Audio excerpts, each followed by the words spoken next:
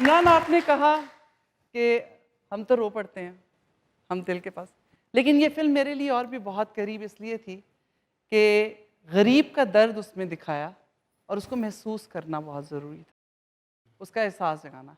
बाकी you know that कि उन दिनों में मेरे बेटे का एक्सीडेंट हुआ था, तो शायद आप पूरी इंडस्ट्री मेरा रिगार्ड शायद इसलिए कर रही थी कि उस टाइम मैं उसे आईसीयू में छोड़ कर आती थी काम करने के लिए। तो he was in comma that moment. ज़रा आप थोड़ा सा, क्योंकि बहुत से लोगों को हम अदाकार सब हंसते खिलते मुस्कुराते चमकते हुए ग्लैमर वर्ल्ड में नजर आते हैं,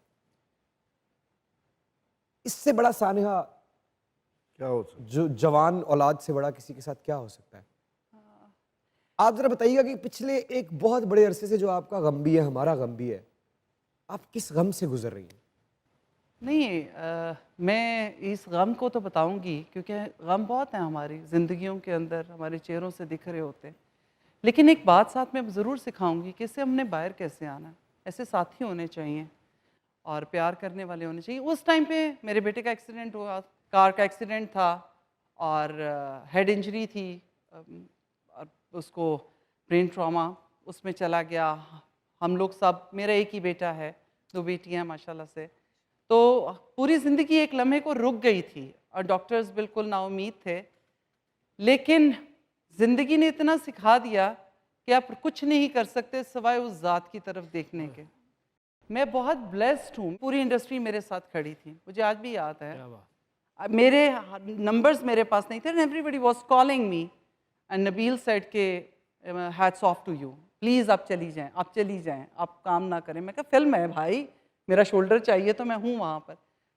ज़िंदगी नहीं रुकती है किसी के लिए भी, और आप अपनी ज़िंदगी को रोकते हुए इर्द गिर्द नहीं देखते कि आपकी वजह से बहुत से लोगों की ज़िंदगियां रुक रही हैं, बहुत से लोगों का काम रुक रहा है। दैट मोमेंट अगर मैं अपना पैर खींचती हूँ तो पूरा क्रू डिस्टर्ब होता है, पूरी टीम हमारी डिस्टर्ब होती है। यू नो दैट के कितने पैसे लगे हुए होते हैं। तो अगर हम थोड़ा सा एक दूसरे पे बिलीव कर लें और एक दूसरे से अपने दिल की बात शेयर कर लें और शेयर करने के बाद उसकी बात को अपने लिए समेट के रखें तो हमें बहुत हौसला मिलता है।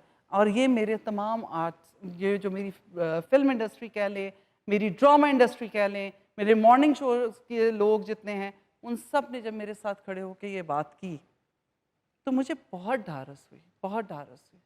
बेटा कैसा है अब? अल्हम्दुलिल्लाह, ये बड़ी मिरेकल है और ये सबसे बड़ी बात है। मैंने आपसे कहा ना कि ज़िंदगी कहीं किसी के लिए नहीं रुकती, शायद हालात क्या होते हैं मैं नहीं जानती, लेकिन इन सब का, बहरोज़ भाई का, सैफ़ी हसन साहब का, जो रोज़ आते थे मेरे पास, यकीन और मेरा अपने रब पे तवक्कल, उसने मुझे 1 महीने में मेरा बच्चा उसके पैरों पे खड़ा करके दे दिया। जब उन्हें चोट लगी थी तो डॉक्टर्स ने क्या कहा था? डॉक्टर रिफ्यूज दैट कि 15% से ज़्यादा चांसेस नहीं है और अगर कभी ये बच भी जाए तो ये सारी ज़िंदगी बेड पे होगा, हमें नहीं पता ये कौमा पे आ सकेगा, ये देख नहीं सकेगा, बोल नहीं सकेगा, खा नहीं सकेगा, खड़ा नहीं हो सकेगा।